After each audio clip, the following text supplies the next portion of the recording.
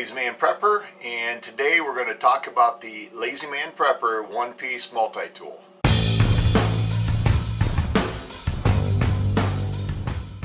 So about 2-3 years ago, I was searching the web for stuff, as I like to do, and there was a discussion about multi-tools and single-piece or one-piece multi-tools. And I did a lot of research, a lot of searching around, and there were some cool ones out there. Some were as simple as just a bottle opener, some were as simple as a small knife, a small pry bar, etc., etc. And there were some very extravagant ones out there made out of like titanium and various materials from some artists. And the prices were ridiculous. Don't get me wrong, they're very cool. So let me put that out there. But for me, I'm a minimalist. I want the simplest thing that will do the most jobs or tasks. And so I started designing a tool and taking features from various different tools. And what I came up with was this. This is in a Kydex sheath. We can get more of that later.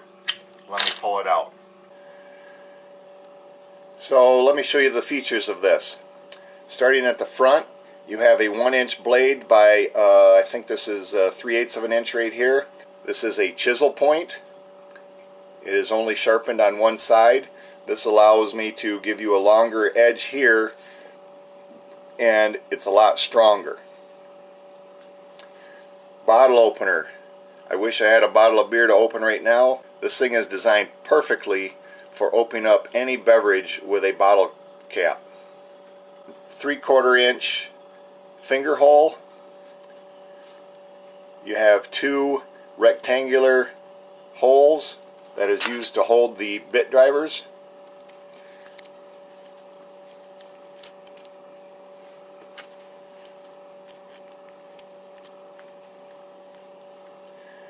They are retained in place with O-rings, but due to the taper of the water jet process, these do not fall out because of the taper and the O-rings. They are not going to come out of there.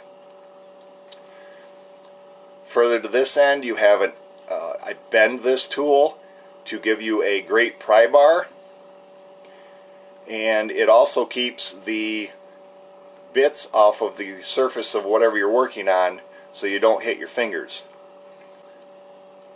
Here we have a 1/4 inch hexagonal hole that's used to hold the bits. There's a pry bar, and of course you got a flat tip screwdriver here. This will hold any standard 1/4 inch drive bit. You don't need any special bits to go in here. If you have them at home and you know you're going to use them a bunch, I like to keep the Phillips in here because it's really hard to make a decent Phillips screwdriver on a tool like this.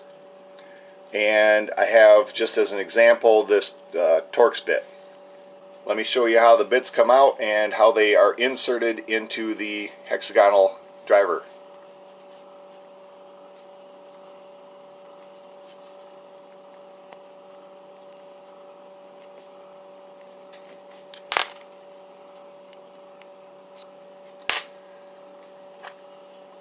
They go into the bottom.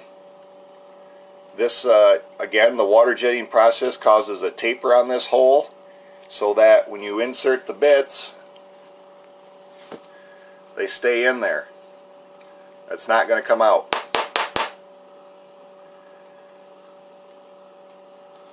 So now, when you're driving a screw or whatever you happen to be turning, your hands are up off of the surface. The size of this particular version is 4 inches long and 1 inch tall by 1/4 inch steel. I use 1/4 inch because it allows the bits to not stick out.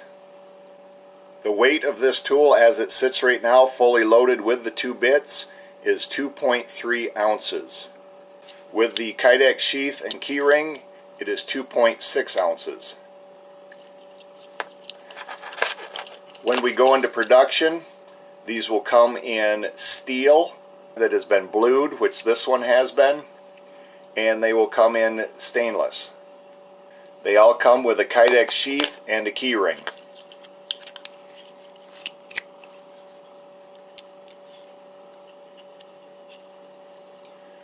The sheath protects you from the blade.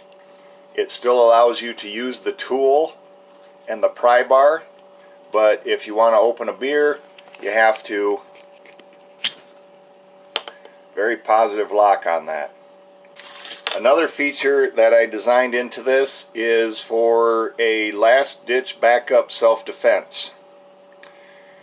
The angle of the pry bar fits into the palm of your hand.